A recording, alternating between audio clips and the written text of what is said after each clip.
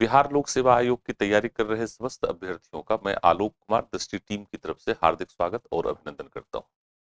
Friends,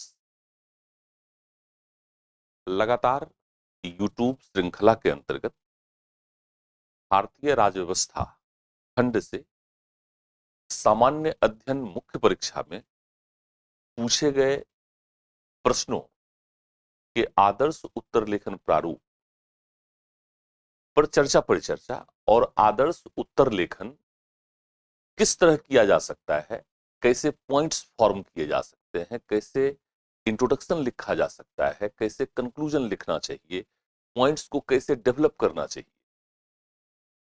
इन सभी चीजों पर हम लोग लगातार चर्चा कर रहे हैं।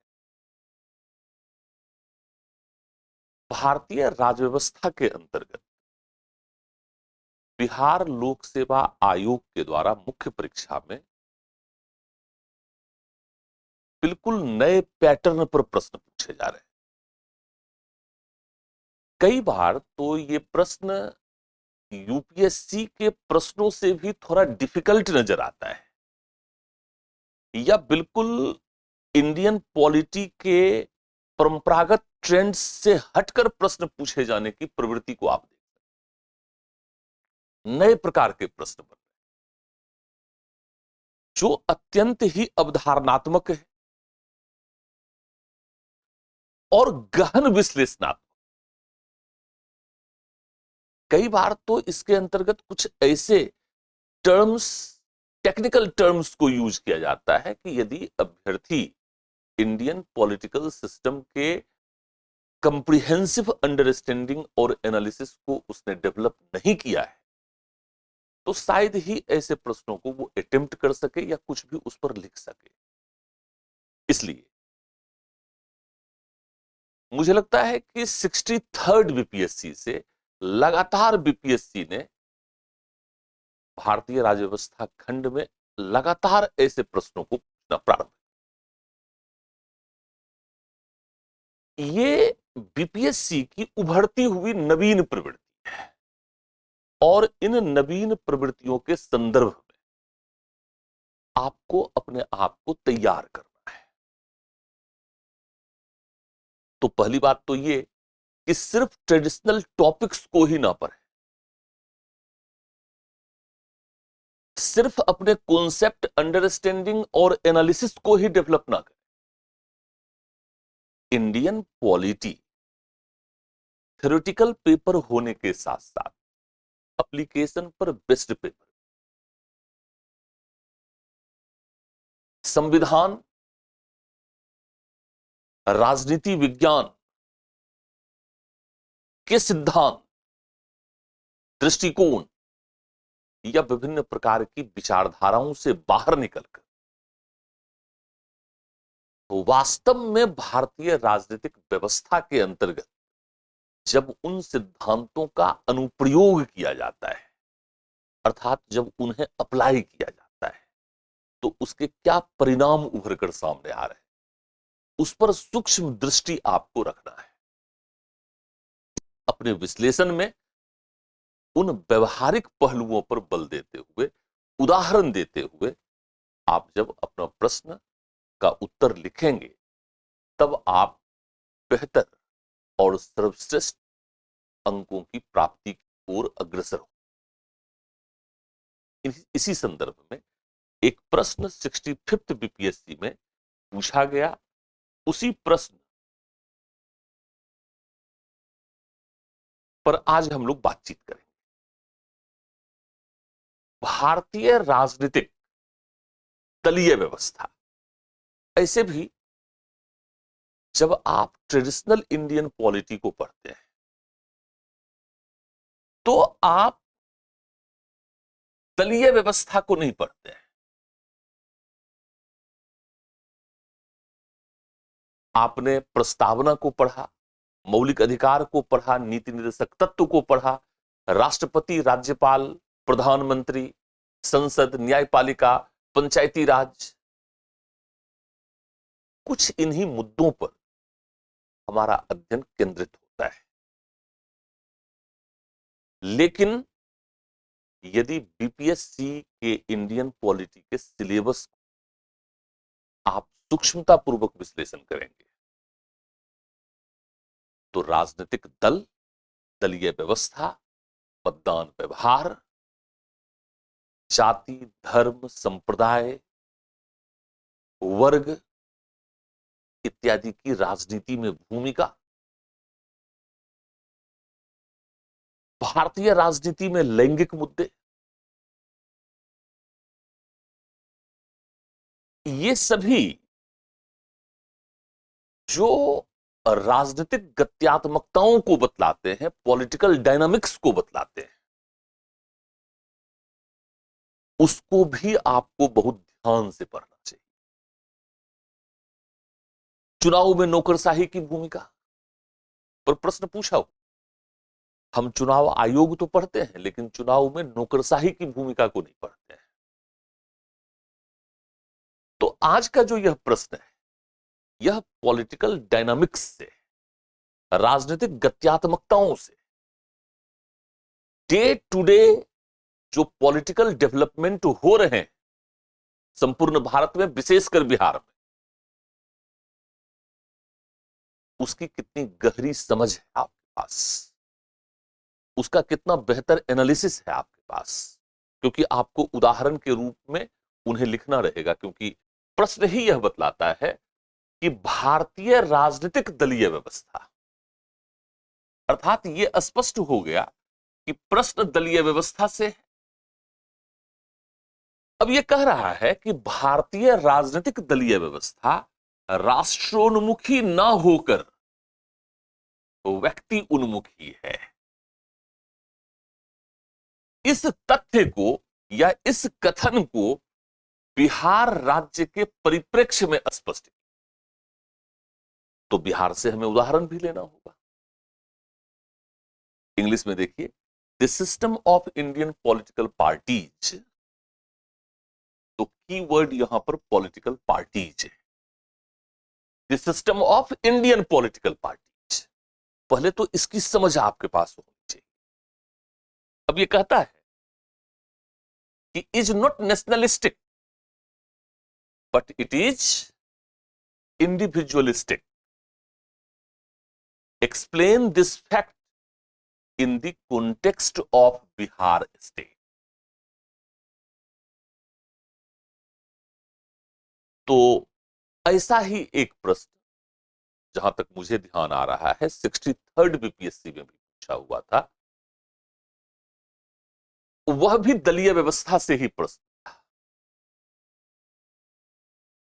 और लगभग कथन का जो सारांश है वो एक ही जैसा है।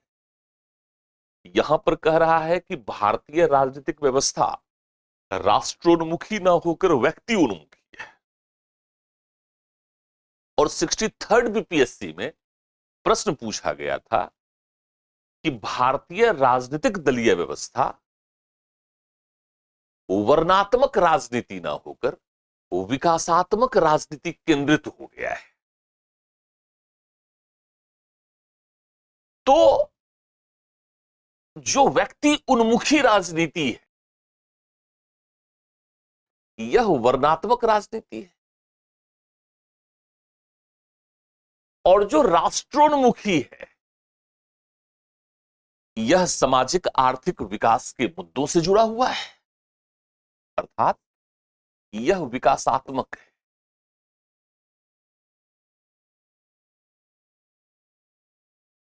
हालांकि जब मैं 63rd बीपीएससी के प्रश्न पर आऊंगा तो मैं आपको विकासात्मक बनाम वर्णात्मक राजनीति पर आपको अलग से बतलाऊंगा, लेकिन अपनी अंडरस्टैंडिंग को डेवलप, मूलभूत बातें गाइडलाइन के रूप में मैं क्या कह सकता हूं। 63rd बीपीएससी के विकासात्मक राजनीति बनाम वर्णात्मक राजनीति और 65th बीपीएससी के राष्ट्रोन्मुखी राजनीतिक दल बनाम व्यक्ति उन्मुखी राजनीतिक दल, ये जो दोनों ही प्रश्न हैं यह इस आवश्यकता को उत्पन्न करते हैं कि आप लोकतंत्र को भली भांति समझते हैं या नहीं समझते हैं, पहली बात। दूसरी बात, लोकतंत्र के अंतर्गत भी आप संसदीय लोकतंत्र या संसदीय लोकतांत्रिक राजनीति को समझते हैं या नहीं।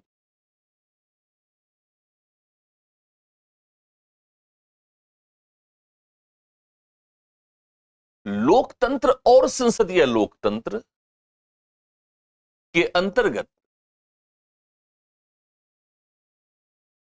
राजनीतिक दलों की भूमिका को समझते हैं या नहीं समझते हैं। पुनः भारतीय राजनीतिक दलों की प्रकृति व विशेषताओं को आप समझते हैं या नहीं।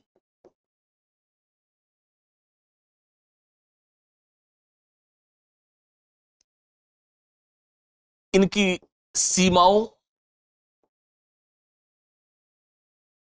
दोषों को आप भली भांति समझते हैं या नहीं। और सुधार का उपयुक्त दृष्टिकोण आपके अंतर्गत है या नहीं।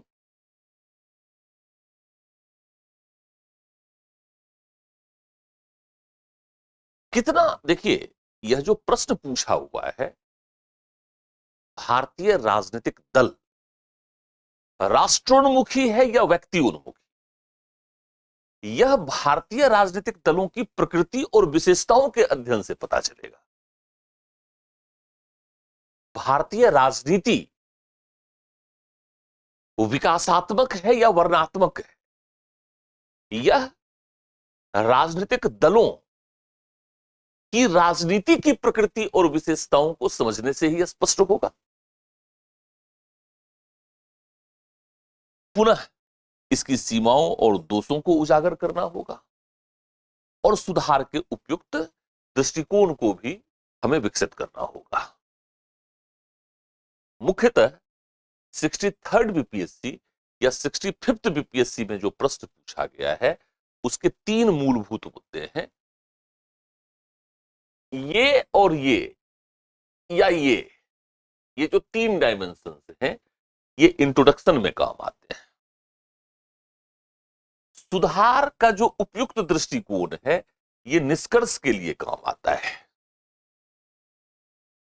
इस तरह के जो प्रश्न पूछे जा रहे हैं, उसमें सुधार का जो दृष्टिकोण है वह आपके अंतर्गत होना चाहिए। चूंकि आप प्रशासन में जा रहे हैं, तो भारतीय राजनीतिक व्यवस्था में जो दोष विद्यमान है, जिसकी ओर यह प्रश्न इशारा कर रहा है, उसमें सुधार कैसे किया जा सकता है, क्या सही तरीका हो सकता है, कैसे हम सुधार की दिशा में अग्रसर हो सकते हैं। यह एक अभ्यर्थी के सकारात्मक दृष्टिकोण और राष्ट्र निर्माण के दृष्टिकोण को स्पष्ट करने के लिए, समझने के लिए ऐसे प्रश्न पूछे जाते हैं। और जब आप इंट्रोडक्शन लिख रहे होंगे, तब लोकतंत्र, संसदीय लोकतांत्रिक राजनीति और उसमें राजनीतिक दलों की भूमिका को समझना, उसको प्रस्तुत करना हमारे लिए आवश्यक हो जाता है। और उसके बाद भारतीय राजनीतिक व्यवस्था में जो दल विद्यमान है या जो दलीय व्यवस्था विद्यमान है, उसकी प्रकृति और विशेषताओं के संदर्भ में हम इस प्रश्न का मूल एनालिसिस करेंगे। अर्थात यदि इस प्रश्न के उत्तर संरचना पर हम बातचीत करें, 63rd और 65th दोनों में, हालांकि 63rd में जो प्रश्न पूछा गया है उसकी उत्तर संरचना पर मैं आगे बातचीत करने वाला हूं। अभी हम लोग 65th बीपीएससी में जो प्रश्न पूछा है उसके संदर्भ में आपके समक्ष उत्तर की एक संरचना को प्रस्तुत करते हैं। जब प्रश्न यह पूछा जाए कि भारतीय राजनीतिक व्यवस्था राष्ट्रोन्मुखी है या व्यक्ति उन्मुखी है, न कि राष्ट्रोन्मुखी, तब उत्तर की शुरुआत आप कैसे करें?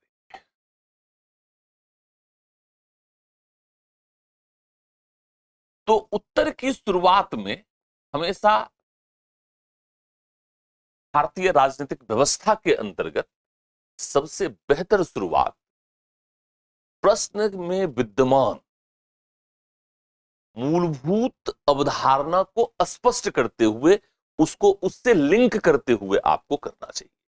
जैसे दलीय व्यवस्था का संबंध संसदीय लोकतांत्रिक राजनीति में किस तरह से स्थापित होता है, वहां से आप प्रश्न का उत्तर लेखन शुरू करेंगे। अर्थात अवधारणात्मक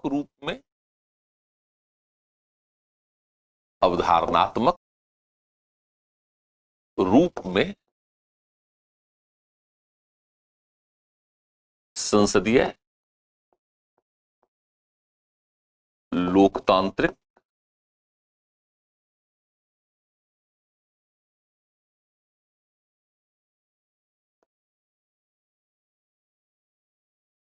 राजनीति में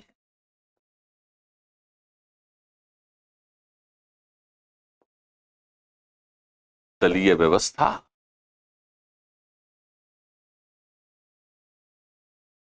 की भूमिका पर लिखना प्रारंभ करें। उत्तर की मुख्य मांग के अनुरूप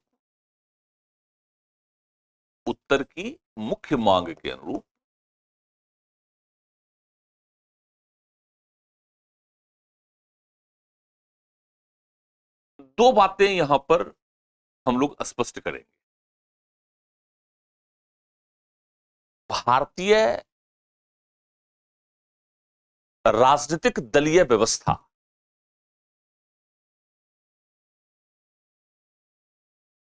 स्वतंत्रता प्राप्ति के पहले भी और स्वतंत्रता प्राप्ति के पश्चात, और विशेषकर स्वतंत्रता प्राप्ति के पश्चात किस प्रकार व्यक्ति उन्मुखी रहा है। अर्थात विशेषकर स्वतंत्रता प्राप्ति के पश्चात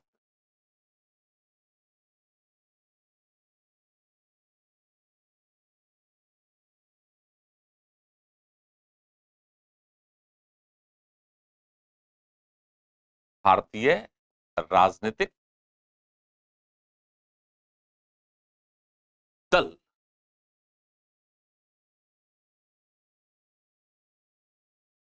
का व्यक्ति उन्मुखी विकास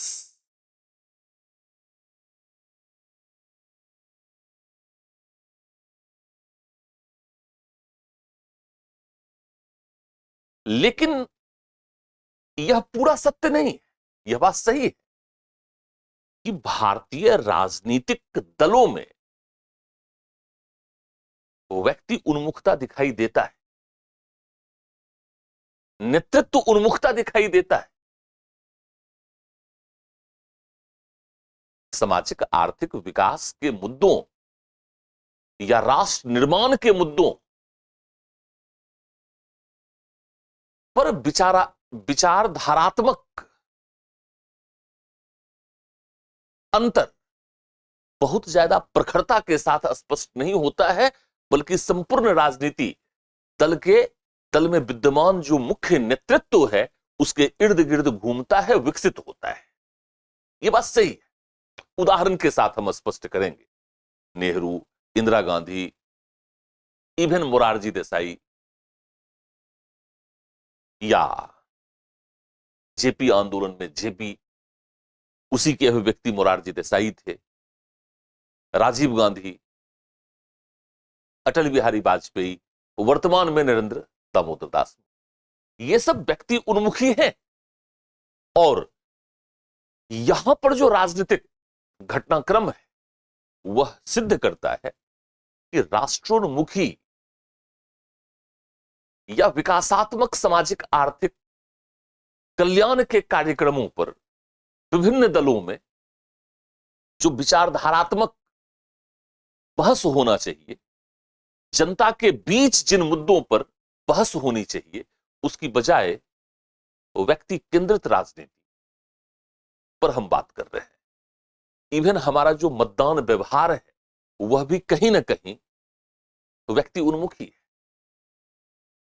लेकिन सिक्के का दूसरा पहलू, भले ही आंशिक रूप में सत्य हो, थोड़ा सत्य हो, लेकिन सत्य है, सत्य का कुछ अंश वहां भी है। अर्थात राष्ट्र निर्माण के मुद्दे भी हैं, सैद्धांतिक तौर पर ही सही, यदा कदा ही सही, लेकिन उपस्थित हैं और होते हैं वर्तमान में भी। ठीक है, व्यक्ति केंद्रित राजनीति का विकास हुआ है, नरेंद्र दामोदर दास मोदी उसे अभिव्यक्त करते हैं, लेकिन नरेंद्र दामोदर दास मोदी 2014 में सत्ता में आए, उसके कुछ मूलभूत मुद्दे थे और वह मूलभूत मुद्दा जुड़ता था भ्रष्टाचार मुक्त सरकार व्यवस्था के विकास पर, राजनीति में परिवारवाद पर, वंशवाद पर, भाई भतीजावाद पर उन्होंने करारा आघात किया। और 2014 से लेकर अभी तक नरेंद्र दामोदर दास मोदी वस्तुतः राष्ट्रवाद, राष्ट्र के निर्माण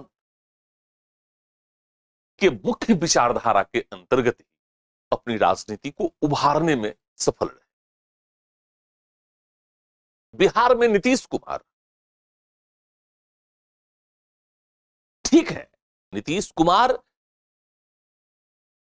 एक अभिव्यक्ति है, उस राजनीति की अभिव्यक्ति है जिसका मूलभूत केंद्र विकास और सुशासन था और है, सैद्धांतिक तौर पर ही सही, लेकिन उन्होंने बिहार में विकासात्मक राजनीति, मतलब जो पहले मंडल के प्रभाव में 1990 के दशक में बिहार में जो जातिगत राजनीति या जातिवादी राजनीतिक जो विकास हुआ था, उसे संतुलित करते हुए नीतीश कुमार ने एक विकासात्मक राजनीति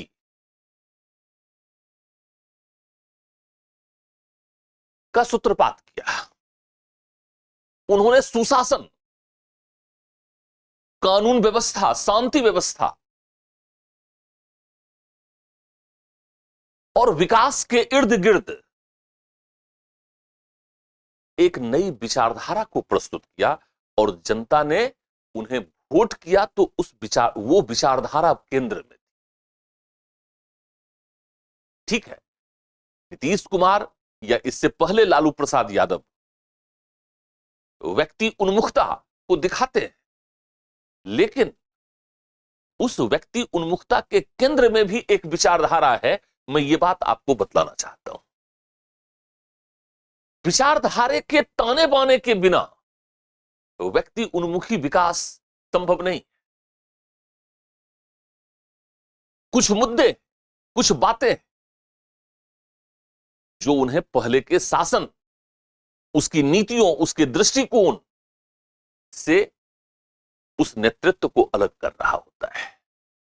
इसी बात को हम उदाहरण के तौर पर समझेंगे, लेकिन यहां पर दूसरा जो पॉइंट है वह यह है कि स्वतंत्रता प्राप्ति के पश्चात राष्ट्रोन्मुखी राजनीति का विकास, स्वतंत्रता प्राप्ति के पश्चात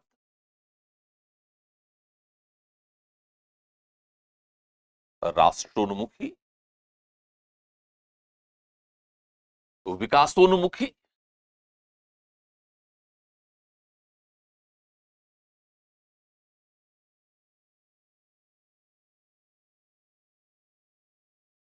राजनीति का विकास,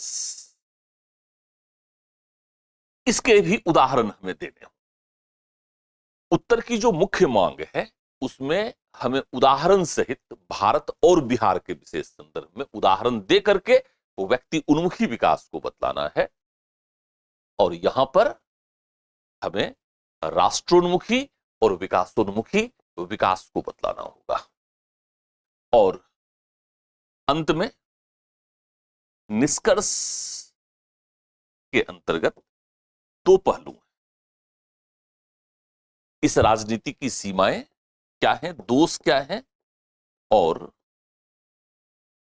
सुधार के दृष्टिकोण क्या है, या सुधार हेतु सुझाव क्या है, ये हमारा निष्कर्ष।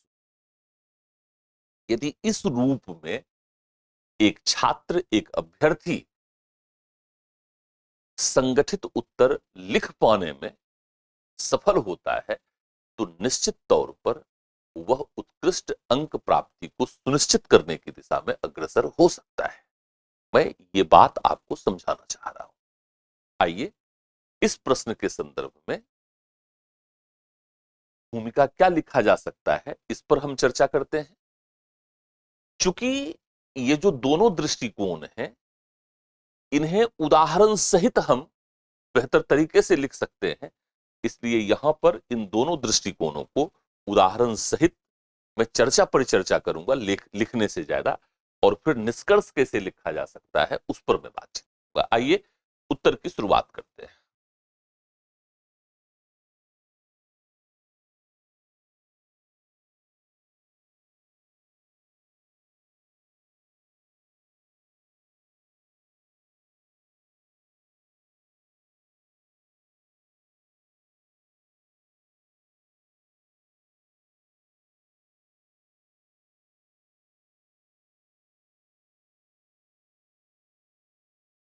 पूरे इंट्रोडक्शन, जैसा कि मैंने पहले भी स्पष्ट कि सबसे पहले आपको यह समझना है कि इस पूरे प्रश्न में जो मुख्य अवधारणा है वो क्या है। तो पूरे प्रश्न में यदि आप मुख्य अवधारणा को देखेंगे, तो प्रश्न को एक बार फिर से देखिए। भारतीय राजनीतिक दलीय व्यवस्था राष्ट्रोन्मुखी ना होकर व्यक्ति उन्मुखी, अर्थात प्रश्न कहां से पूछ रहा है, तो दलीय व्यवस्था से प्रश्न पूछ रहा है। दलीय व्यवस्था का सीधा संबंध लोकतंत्र और संसदीय लोकतंत्र में विभिन्न दल ही संसदीय चुनावों में भागीदारी था। तो लोकतंत्र और संसदीय लोकतंत्र में दलीय व्यवस्था किस प्रकार अपनी भूमिका निभाती है। तो मूलभूत अवधारणा दलीय व्यवस्था है। यहीं से हम अपने उत्तर की शुरुआत करेंगे, अर्थात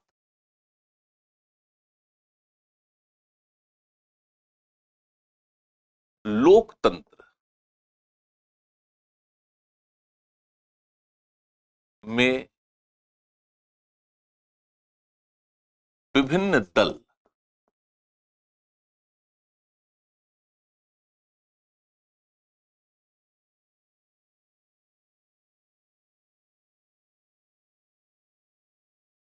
अपने अपने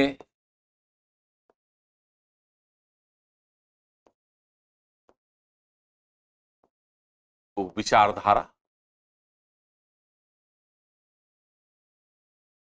सिद्धांतों,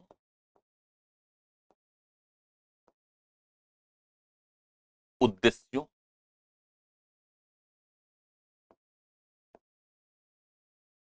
नीतियों,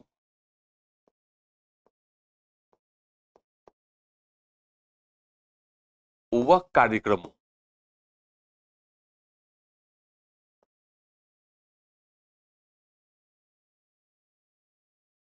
के माध्यम से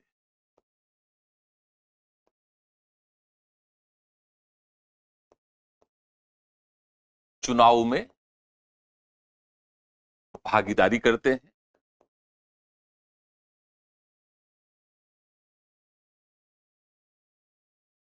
जनमत का निर्माण करते हैं, जनमत को प्रभावित करते हैं। जनमत का निर्माण करते हैं,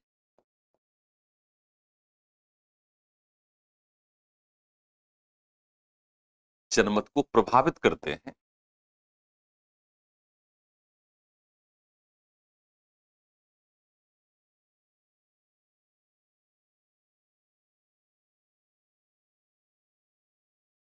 और चुनाव में भाग लेकर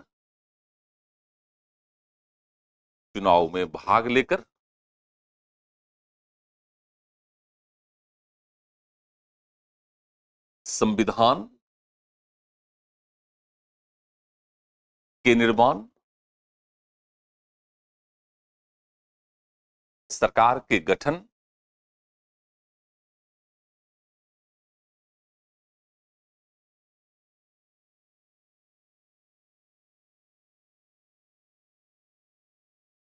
मंत्रिपरिषद,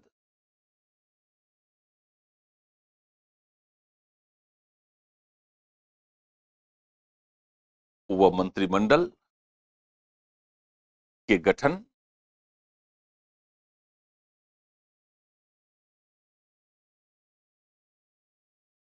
कानूनों, नीतियों,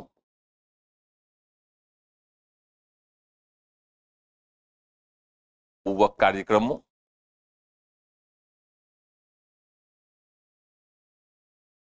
के निर्माण व विकास तथा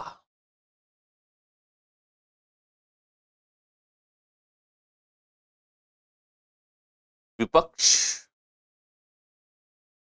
के रूप में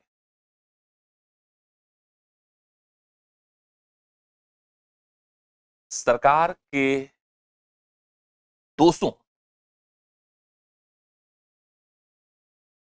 को उजागर कर जनता को नए नीतिगत विकल्प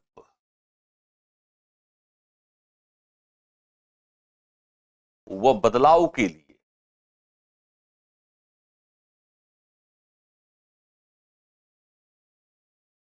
मानसिक रूप में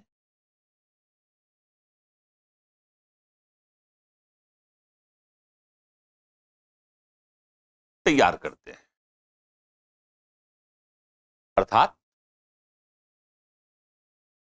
इंट्रोडक्शन जो हमने लिखा, उस इंट्रोडक्शन में मुख्य बातचीत हमने किया राजनीतिक दलों की भूमिका को स्पष्ट करने। राजनीतिक दलों की जो यह भूमिका हमने स्पष्ट की है, उसमें पहली बात बहुत अच्छे से स्पष्ट हुई है कि राजनीतिक दल इन सभी कार्यों के माध्यम से वस्तुतः जनता के समक्ष विभिन्न नीतियों, कार्यक्रमों, कानूनों, संविधानों के विकास के माध्यम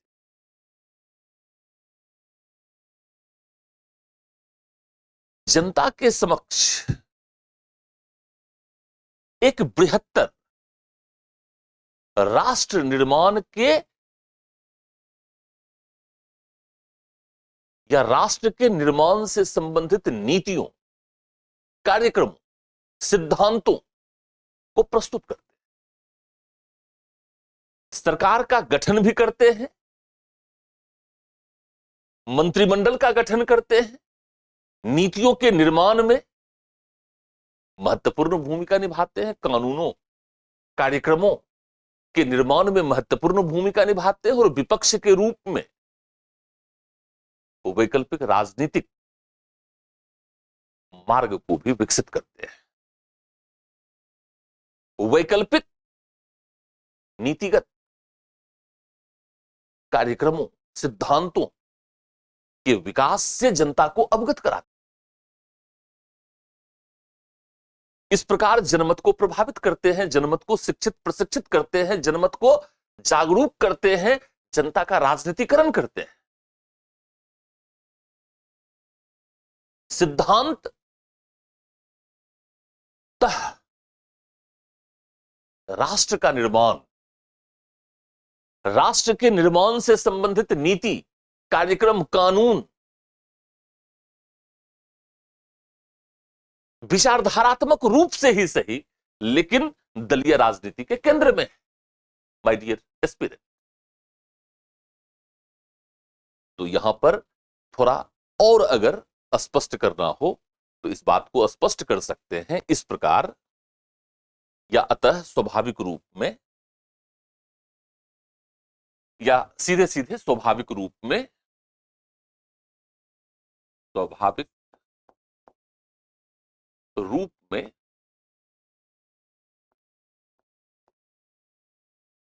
विभिन्न दल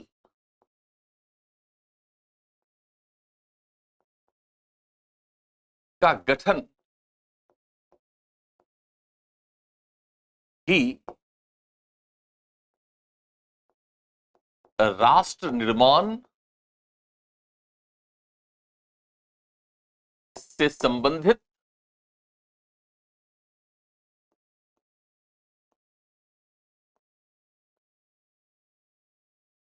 नीतियों, कार्यक्रमों के संदर्भ में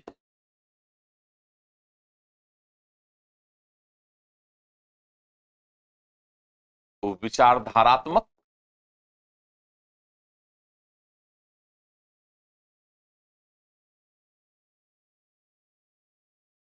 भिन्नता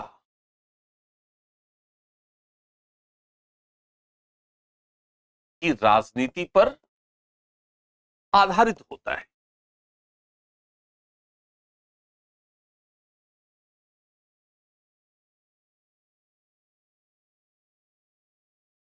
जनता के समग्र विकास,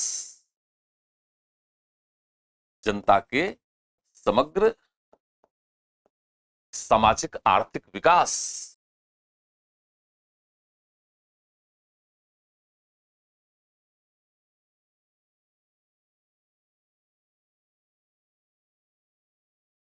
राष्ट्र निर्माण,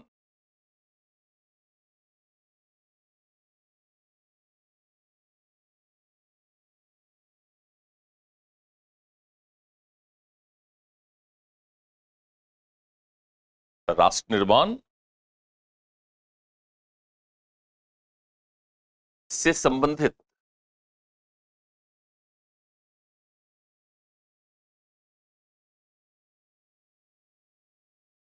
विचारधारात्मक भिन्नताओं के आधार पर ही, भिन्नताओं के आधार पर ही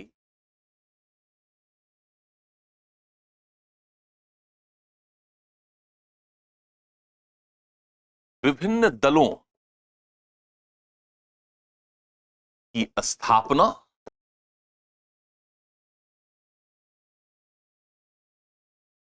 व विकास को देखा जा सकता है।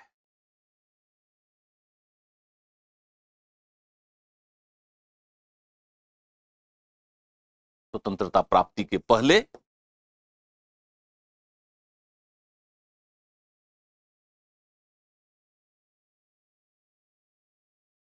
भारतीय राष्ट्रीय कांग्रेस, भारतीय राष्ट्रीय कांग्रेस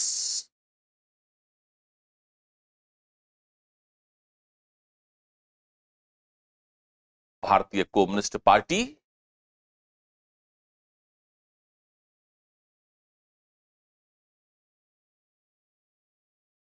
अखिल भारतीय मुस्लिम लीग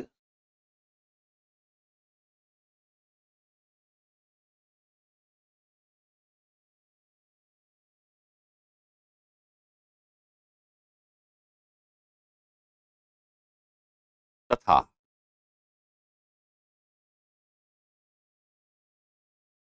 हिंदू महासभा का गठन समय समय पर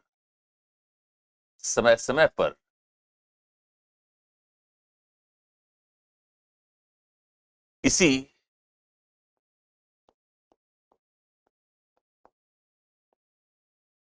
विचारधारात्मक भिन्नताओं को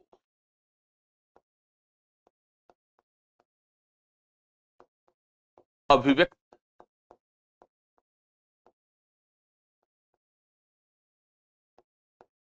करता था। परंतु उस समय भी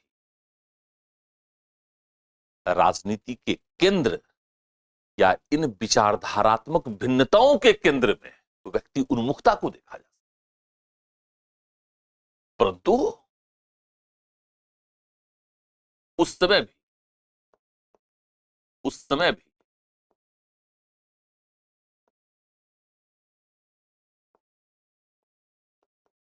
वो विचारधारात्मक भिन्नताओं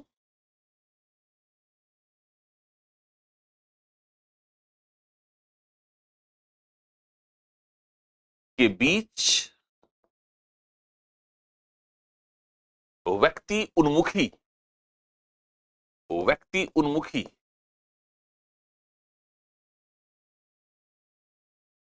राजनीतिक विकास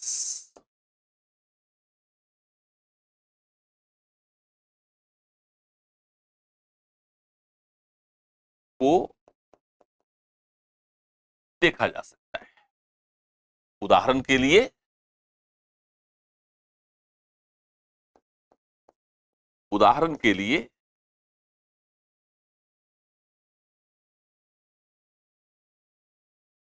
मुस्लिम लीग की संपूर्ण राजनीति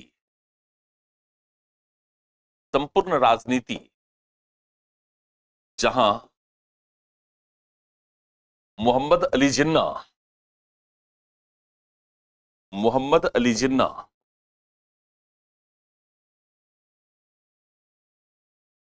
के इर्द गिर्द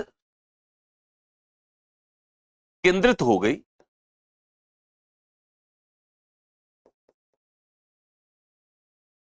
मुद्दे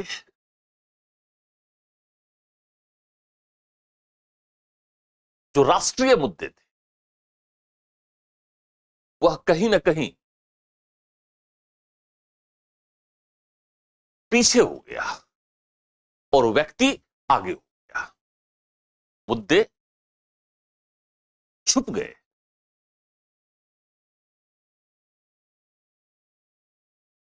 इसी प्रकार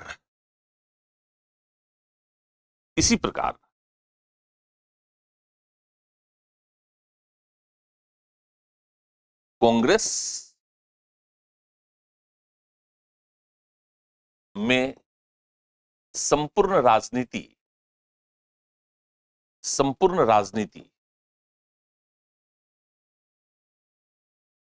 महात्मा गांधी, पंडित नेहरू,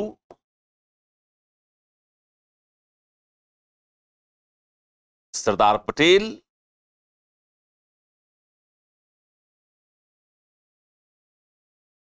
सुभाष चंद्र बोस,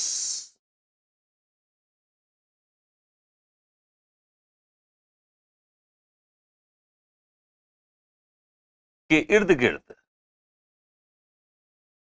सिमट गई।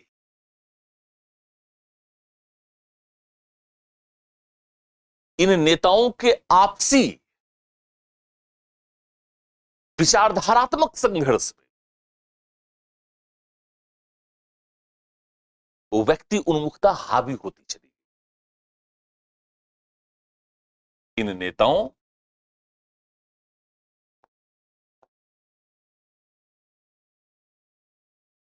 के वो विचारधारात्मक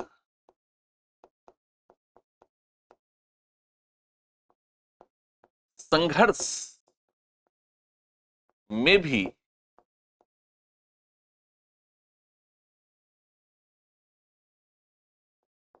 वो विचारधारा के स्थान पर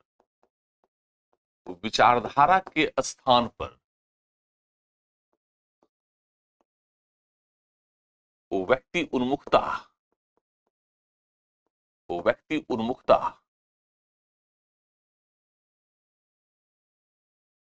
विकसित होती चली गई है, वो विकसित होती चली गई।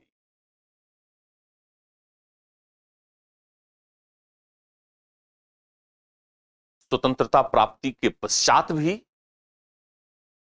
भारतीय राजनीति के विकास में यह व्यक्ति उन्मुखता, राष्ट्रोन्मुखी राजनीति के विकास पर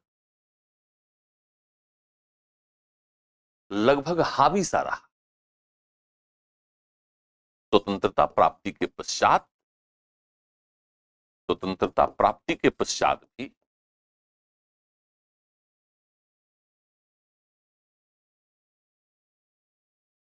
भारतीय राजनीति में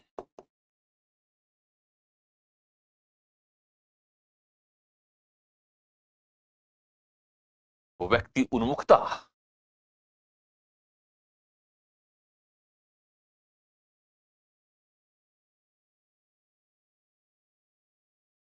राष्ट्रोन्मुखी राजनीतिक विकास पर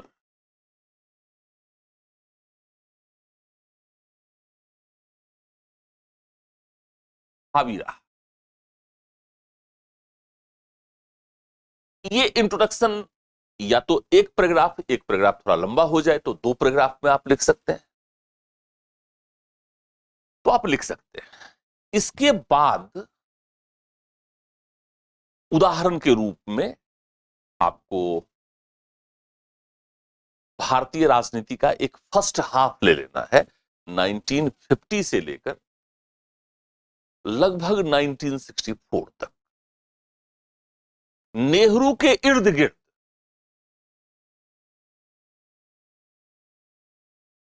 भारतीय राजनीतिक दलों के विकास को देखा जा सकता है। चूंकि स्वतंत्रता प्राप्ति के पश्चात सबसे मुख्य दल या भारतीय दलीय व्यवस्था में एक दलीय प्रधानता की भी स्थिति रही, केंद्र और राज्य दोनों में। इसलिए भारतीय राष्ट्रीय कांग्रेस के नेतृत्व में भारत में जिस राजनीति का विकास हुआ उसमें मुद्दों के स्थान पर, कार्यक्रमों के स्थान पर राष्ट्रोन्मुखी विकास या सामाजिक आर्थिक विकास से संबंधित तमाम मुद्दों के स्थान पर भारतीय राजनीतिक दलीय व्यवस्था में नेहरू केंद्रित राजनीति का विकास हुआ, नेतृत्व केंद्रित राजनीति का विकास हुआ। लोकतंत्र में माना जाता है कि राजनीति में सर्वोच्च शक्ति जनता में निहित होती है, लेकिन दलीय व्यवस्था ने क्या किया? दलीय व्यवस्था में जो सर्वोच्च नेतृत्व है उसने लोक केंद्रित राजनीतिक विकास को प्रतिकूल रूप में प्रभावित किया। दल का नेता नीचे से उभर कर ऊपर नहीं जाता है, बल्कि ऊपर के स्तर से ही तय हो जाता है, जिसको पार्टी आला कमान, पार्टी हाई कमान कहते हैं।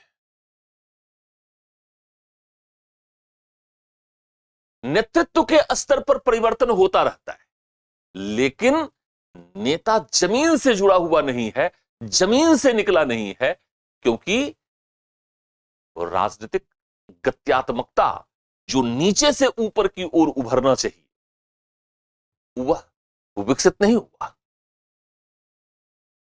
देखिए, भारतीय राजनीतिक दलीय व्यवस्था में आंतरिक लोकतंत्र समाप्त प्राय सा दिखा। आंतरिक लोकतंत्र का मतलब कि कार्यकर्ता, पार्टी के जो कार्यकर्ता है, पार्टी में जो आम कार्यकर्ता है, जो आम लोग हैं कार्यकर्ता के रूप में, वे अपने नेता को चुनेंगे।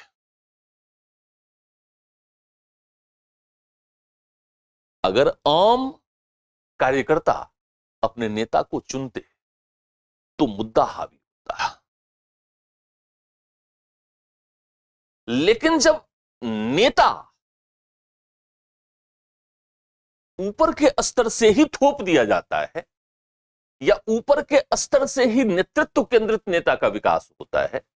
नेहरू के बाद इंदिरा गांधी का विकास, इंदिरा गांधी के बाद राजीव गांधी का विकास, राजीव गांधी के बाद सोनिया गांधी का विकास, अभी भी कांग्रेस पार्टी में यह समस्या चल ही रही। गांधी परिवार उन्मुख अर्थात व्यक्ति उन्मुख राजनीतिक दल का विकास। ठीक इसी प्रकार वर्तमान में भारतीय जनता पार्टी जो सत्ता में आने से पहले अपनी विचारधारात्मक भिन्नता के लिए भारतीय राजनीति में प्रसिद्ध हुआ, वहां पर राष्ट्रोन्मुखी नीतियों और कार्यक्रमों की बजाय व्यक्ति केंद्रित राजनीति का विकास हुआ। पहले अटल बिहारी वाजपेयी के नेतृत्व में और अब नरेंद्र दामोदर दास मोदी के इर्द गिर्द। यह एक व्यक्ति विशेष के प्रति भक्ति की अवधारणा को विकसित करता है, चाटुकारिता की अवधारणा को विकसित करता है। यह आंतरिक लोकतंत्र को, पार्टी के अंदर जो आंतरिक लोकतंत्र है उसको प्रतिकूल रूप में प्रभावित करता है और एक व्यक्ति का व्यक्तित्व संपूर्ण दलीय व्यवस्था पर हावी हो जाता है। नीचे से नेतृत्व विकसित नहीं होता है बल्कि ऊपर से नेतृत्व थोपा जाता है।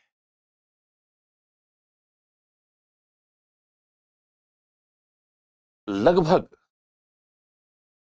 ऐसा ही विकास आप बिहार में भी देख सकते हैं। राजद, राष्ट्रीय जनता दल, लालू परिवार केंद्रित है। लालू के पश्चात राबड़ी देवी, उनकी पत्नी, राबड़ी देवी के पश्चात उनके पुत्र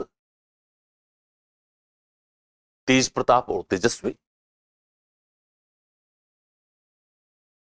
बिहार में इतने प्रतिभाशाली युवक हैं, क्या लालू परिवार से अलग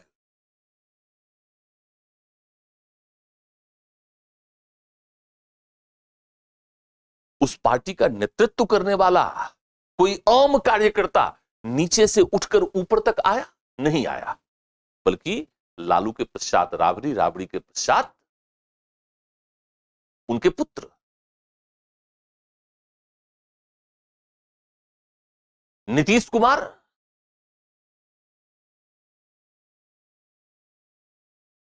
मुझे नहीं लगता कि नीतीश कुमार ने अपने ही दल के किसी नेता को उभरने दिया आज तक। संपूर्ण राजनीति नीतीश कुमार के इर्द गिर्द ही घूमती रह गई। जिन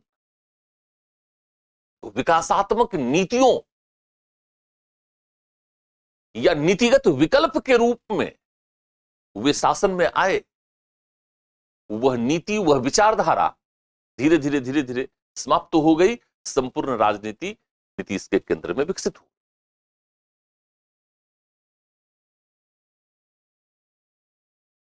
चाहे यह किसी भी दल में हो, चाहे वह भारतीय जनता पार्टी में हो, चाहे वह भारतीय राष्ट्रीय कांग्रेस में हो, चाहे वह किसी भी राजनीतिक दल में, यह व्यक्ति उन्मुखी या ऊपर से थोपे हुए नेतृत्व ने भारतीय राजनीति में इस तरह की समस्याओं को उत्पन्न किया है।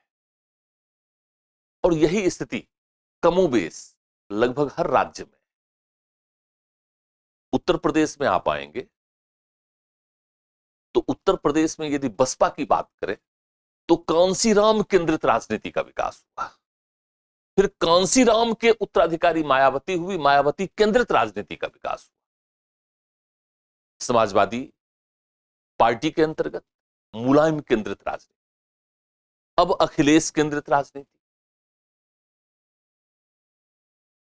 अकाली दल प्रकाश सिंह बादल, डीएमके करुणानिधि परिवार।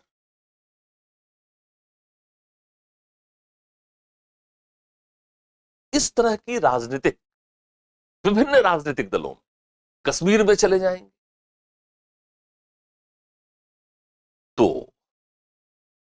नेशनल कॉन्फ्रेंस अब्दुल्ला परिवार के हाथों की कठपुतली बनी।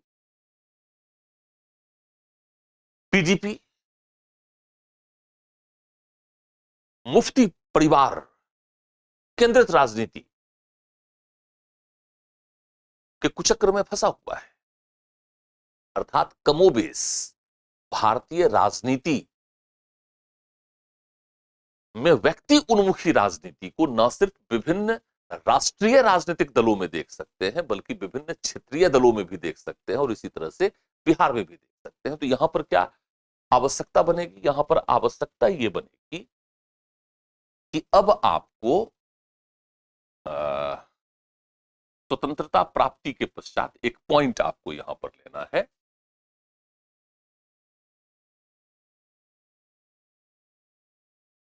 स्वतंत्रता प्राप्ति के पश्चात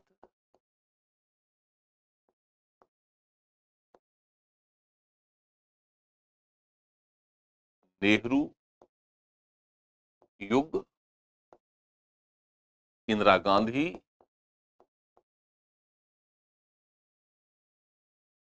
व राजीव गांधी युग, इंदिरा गांधी, राजीव गांधी, सोनिया गांधी, इंदिरा गांधी, राजीव गांधी, राजीव गांधी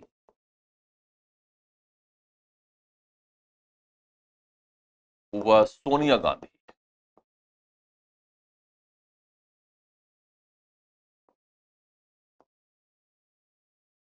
युग के अंतर्गत व्यक्ति केंद्रित,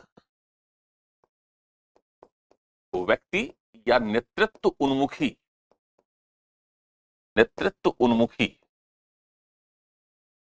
दलीय व्यवस्था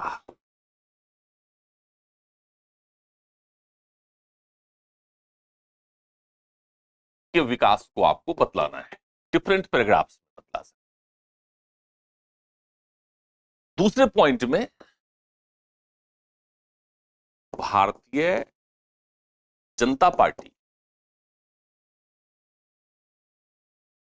में अटल बिहारी वाजपेयी व वर्तमान में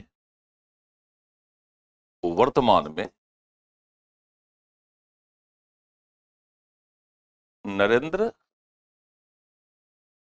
दामोदर दास मोदी केंद्रित राजनीति का विकास।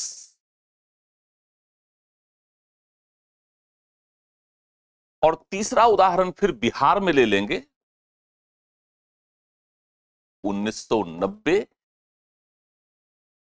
के दशक से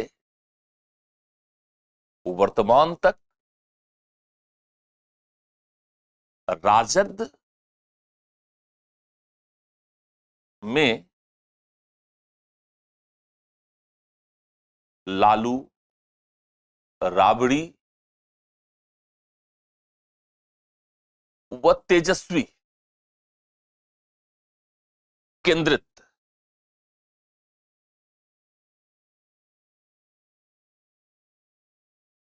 राजनीतिक विकास।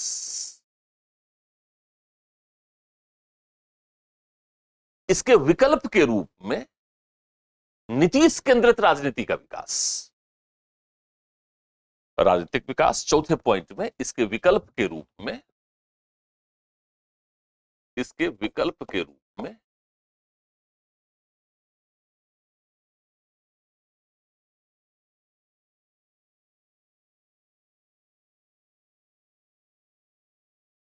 नीतीश केंद्रित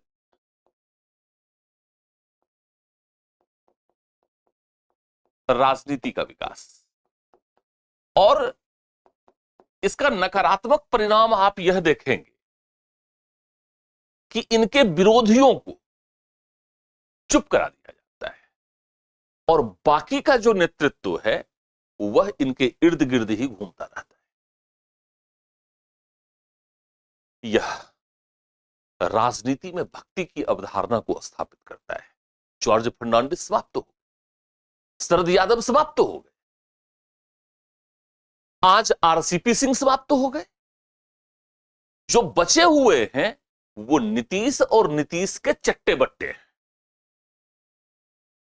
नीतीश का विरोध कोई भी करेंगे तो वो समाप्त हो जाएंगे। अर्थात, और यही हाल लगभग हर पार्टी का है। बीजेपी में देखिए, मोदी का विरोध करने वाले सारे नेता धीरे धीरे धीरे धीरे धीरे धीरे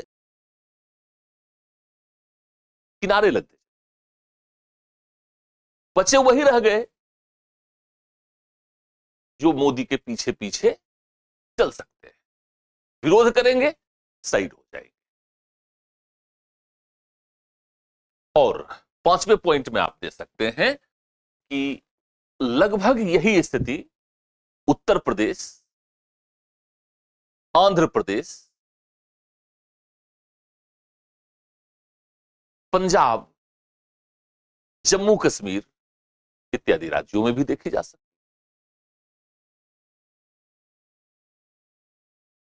है। विभिन्न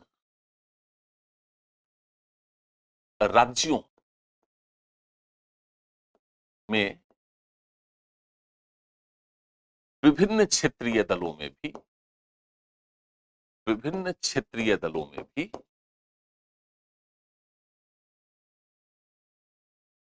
व्यक्ति केंद्रित या नेतृत्व केंद्रित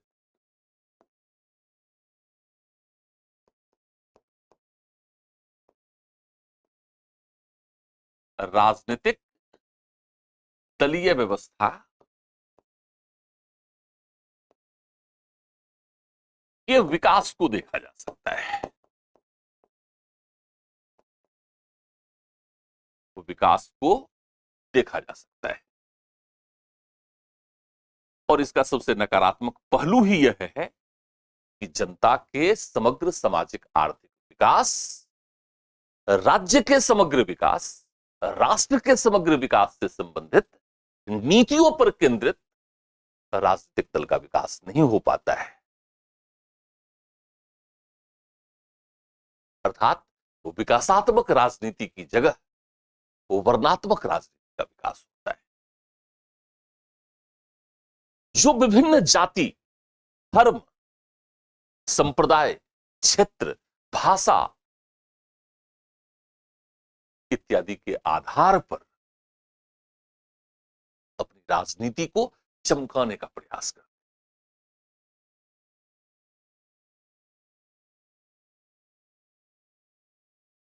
तो ये फिर लास्ट में हम आएंगे कि इस राजनीति को सुधारने की दिशा में क्या प्रयास किए जा सकते हैं।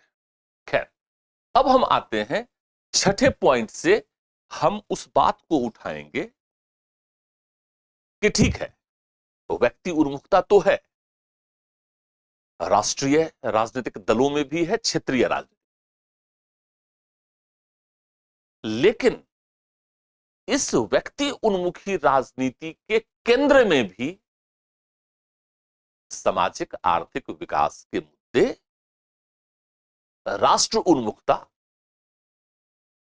सैद्धांतिक तौर पर ही सही लेकिन विद्यमान है। परंतु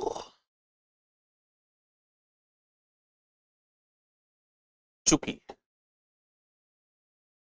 राजनीतिक दल का विकास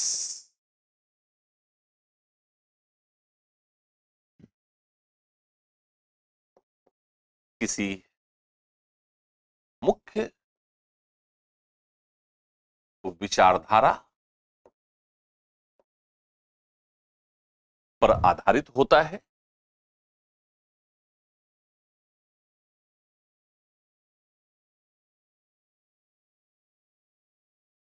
इसलिए तो व्यक्ति या नेतृत्व उन्मुख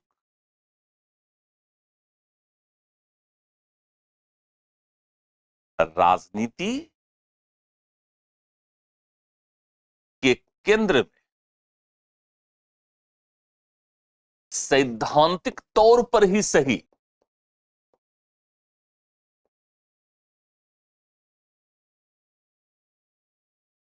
लेकिन वो विकासात्मक, राष्ट्रोन्मुखी,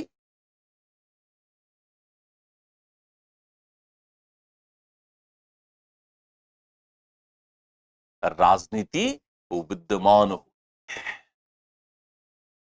ये सेकंड थॉट जिस पर आपको अपने आंसर को डेवलप करना है। उदाहरण के, स्वतंत्रता प्राप्ति के पश्चात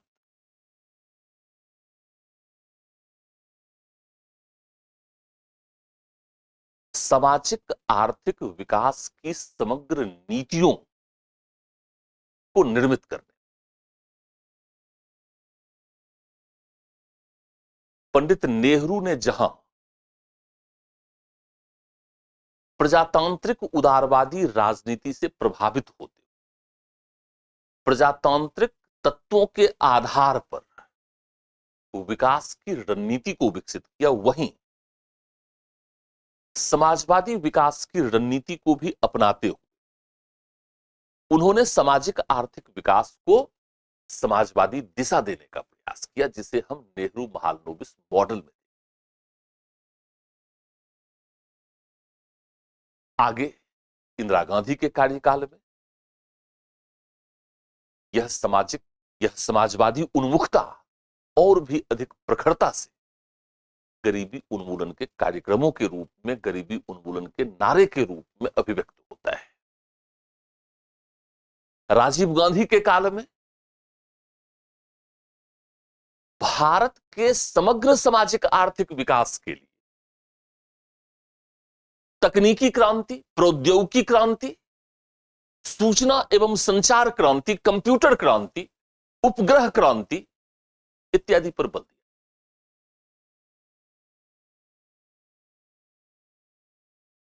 1991 में सामाजिक आर्थिक विकास की नीति वैश्वीकरण, उदारीकरण, निजीकरण, बाजारीकरण की वैश्विक प्रवृत्तियों के अनुरूप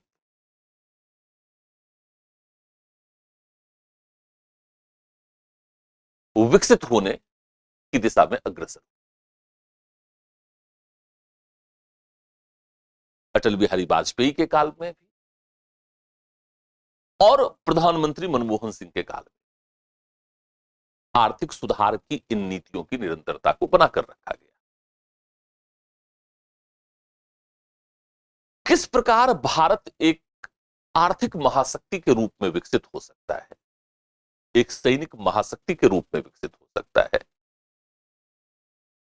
उससे संबंधित सामाजिक आर्थिक नीतियों के विकास को दिशा प्रदान करने की अवधारणा भी साथ ही साथ विद्यमान थी। वर्तमान में नरेंद्र दामोदर दास मोदी केंद्रित राजनीति का विकास तो हो रहा है, लेकिन भ्रष्टाचार, परिवारवाद, वंशवाद, भाई भतीजावाद और राष्ट्रवाद के सैद्धांतिक ताने बाने के इर्द गिर्द, भले ही नाम के लिए, लेकिन सिर्फ व्यक्ति उन्मुखी या नेतृत्व उन्मुखी विकास ही नहीं है, उसके चारों ओर परिधि में विकासात्मक, विचारधारात्मक, सैद्धांतिक और राष्ट्र निर्माण से संबंधित नीतियों के विकास को भी समय समय पर देखा जा सकता है। इसको एग्जाम्पल के रूप में और इसके पश्चात अंतिम डायमेंशन पर आते हैं और वो अंतिम डायमेंशन बनता है निष्कर्ष।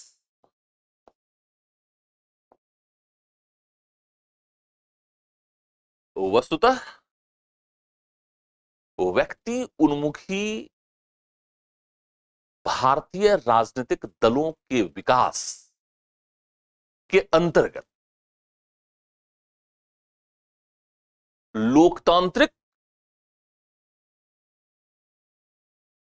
व्यवस्था, चुनावी राजनीति में विद्यमान खामियों को देखा जा सकता है, दोषों को देखा जा सकता है, सीमाओं को देखा जा सकता है। और यह सिर्फ भारत के ही संदर्भ में नहीं है, अमेरिका के संदर्भ में है, ब्रिटेन के संदर्भ में भी है, अन्य देशों के संदर्भ में। अर्थात लोकतंत्र में राजनीति दल आधारित होते हैं और दल की राजनीति को प्रभावित करने वाला नेतृत्व और उस नेतृत्व के इर्द गिर्द या नेतृत्व के केंद्र में राजनीतिक विकास को न सिर्फ भारत में देखा जा सकता है, विभिन्न राज्यों में देखा जा सकता है, बल्कि विश्व के विभिन्न देशों में भी देखा जा सकता है। अर्थात भारतीय राजनीतिक व्यवस्था या दलीय व्यवस्था में स्वाभाविक रूप से कुछ दोष विद्यमान है। इन्हें सुधारने के लिए न सिर्फ दलीय राजनीति में आंतरिक लोकतंत्र को अनिवार्य बनाना होगा, इसके लिए कानून भी बनाया जा सकता है। चुनाव आयोग के द्वारा ऐसा कानून बनाया जा सकता है कि किसी भी मान्यता प्राप्त राष्ट्रीय राजनीतिक दल और क्षेत्रीय राजनीतिक दल के अध्यक्ष और उसके विभिन्न संगठनात्मक पदाधिकारियों का चुनाव एक निश्चित समय सीमा पर पार्टी के कार्यकर्ता करेंगे। इससे नेतृत्व के विकास को भी बल मिलेगा, इससे जनता से संबंधित मुद्दों के विकास को भी बल मिलेगा, सामाजिक आर्थिक विकास से संबंधित मुद्दों, राष्ट्र उन्मुखी विकास से संबंधित मुद्दों, या यदि क्षेत्रीय दल है तो उस क्षेत्र या उस राज्य विशेष से संबंधित सामाजिक आर्थिक विकास के मुद्दों को प्रखरता मिलेगी। साथ ही साथ भारतीय राजनीति में अधिक से अधिक दबाव समूहों की भूमिका, मीडिया की भूमिका और जनता की सक्रिय भूमिका को स्थापित कर व्यक्ति उन्मुखी राजनीतिक दल के विकास को सीमित करने की दिशा में पहल किए जा सकते हैं या पहल किया जाना चाहिए।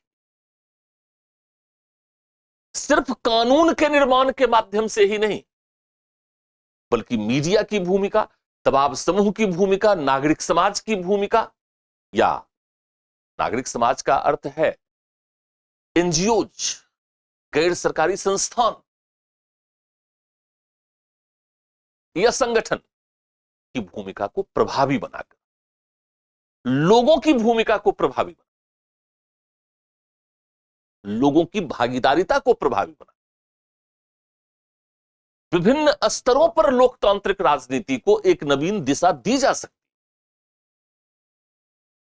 चूंकि लोकतांत्रिक राजनीति के केंद्र में लोग होता है, इसलिए लोगों की राजनीतिक भागीदारिता के बिना किसी भी प्रकार के सुझाव या किसी भी प्रकार के सुधार की ओर अग्रसर नहीं हुआ जा सकता है। इस तरह से आप अपना एक बेहतर निष्कर्ष लिख सकते हैं, और जब इस तरह से संगठित उत्तर आप लिखेंगे, तभी, जैसे इस प्रश्न का हमने विश्लेषण किया, तो सामान्य तौर पर भारतीय राजनीतिक व्यवस्था से संबंधित पुस्तकों में इस तरह के डिस्कशंस आपको नहीं मिले। स्पष्टतः जैसा कि मैंने पहले कहा था, इसके लिए पूरे इंडियन पॉलिटिकल सिस्टम में ट्रेडिशनल टॉपिक्स के साथ साथ जो न्यू डायमेंशंस है, बीपीएससी के सिलेबस में जो न्यू डायमेंशंस मेंशन्ड हैं और उसके अनुप्रयोग अर्थात एप्लीकेशन से संबंधित अवधारणाओं को स्पष्ट करके उसकी समझ को विकसित कर, उससे संबंधित विश्लेषण को विकसित कर, ऐसे प्रश्नों को सही संदर्भ में लिखा जा सकता है। तो चलिए पुनः आपके समक्ष में उपस्थित होऊंगा एक अन्य प्रश्न के आदर्श उत्तर प्रारूप पर चर्चा परिचर्चा के साथ। आज की कक्षा को यहीं पर विराम देता हूं। आप सभी छात्रों का बहुत बहुत धन्यवाद।